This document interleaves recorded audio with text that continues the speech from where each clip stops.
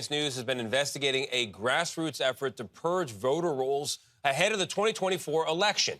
As people are convinced that the lie that voter fraud is what robbed Donald Trump of the presidency in 2020, well, a large number of these folks, generally coming from the right, activists is what they are, have been sifting through registration lists and now questioning their fellow citizens' qualifications to exercise the vote. Chief Washington correspondent Major Garrett has this story for us. Major, good morning.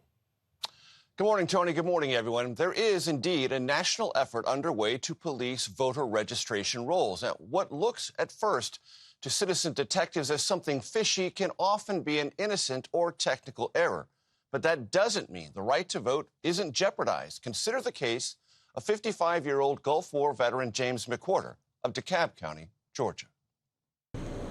Enter this Kroger in suburban Atlanta, make a quick left, and you will find Master Barber James McWhorter holding court. They're giving it to him. For 20 years, McWhorter used this barbershop as his mailing address. In October, the county sent him an unusual letter. His voter status was being challenged. I had to put on my glasses just to make sure. You know, it said what it was saying. McWhorter was told to respond or risk the cancellation of your voter registration. Why would someone challenge my right to vote? The county was not challenging McWhorter's right to vote. A citizen of DeKalb County was. Her name, Gail Lee. She filed this document alleging McWhorter had improperly registered to vote using a commercial address. Lee went to McWhorter's barbershop and took pictures to prove the point. Had you ever met Gail Lee? No, I didn't know Mrs. Lee from a can of paint. I think God has been leading me in this. Gail Lee is a retiree who lives with her husband. She invited us to the back porch of her suburban DeKalb County home. What is your feeling about who won the 2020 election? I believe Donald Trump won the election. Lee became convinced something was wrong with voting in Georgia, this despite 3 recounts confirming Trump's loss. Lee started scrutinizing voter rolls. They are bloated unnecessarily. Lee and other citizen sleuths devote hours each week to inspecting county rolls, looking for signs of what they suspect is rampant fraud, such as names that appear more than once or data suggesting a registrant is deceased. I am requesting that these challenges brought before you today be removed from the list of electors. Each challenge requires a hearing to decide if the voter will be stricken from registration rolls. How many challenges have you filed? I think it's only about 500. She says only because some in her citizen network have challenged far more. We found more than 80,000 challenges have been filed against Georgia voters since 2021, when the Republican-led legislature changed the law, allowing one citizen to challenge an unlimited number of voters. Well, welcome to our weekly voter rolls working group. This is not just happening in Georgia. CBS News obtained video of conservative activists strategizing how best to deploy voter challenges across the country. And I truly believe that there is fraud in the system, which is just not true. DeKalb County Election Board Chair Carly Swift told us the challenges instead identify administrative errors and technical violations that shouldn't deprive citizens of their right to vote. Her staff has spent hundreds of hours dealing with voter challenges that she said so far tend to target the same demographic categories.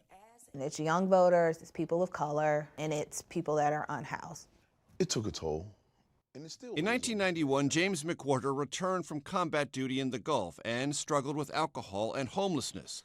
When he last registered to vote in 2008, he used the only address he had, the barbershop. My friends, my family never knew I was displaced, even though I was homeless. I would come back here after we would close, sleep here at the shop, get up an hour before we open. 10 days after McWhorter learned his voter registration had been challenged, he defended his right to vote before the election board.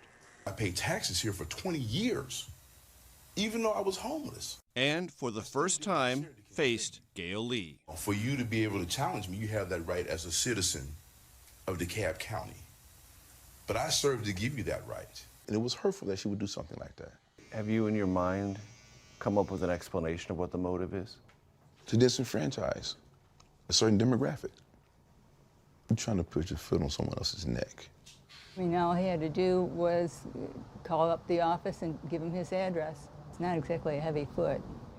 After the hearing, McWhorter, who is no longer homeless, updated his address to bring it into technical compliance. Gail Lee said the system worked.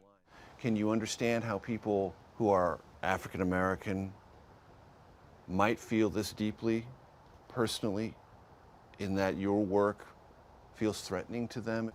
I would think they would want their vote protected too, because someone who doesn't belong on the rolls would take away their vote. Make sure we have fair, honest elections. Republican Secretary of State Brad Raffensperger oversees Georgia elections and voter rolls.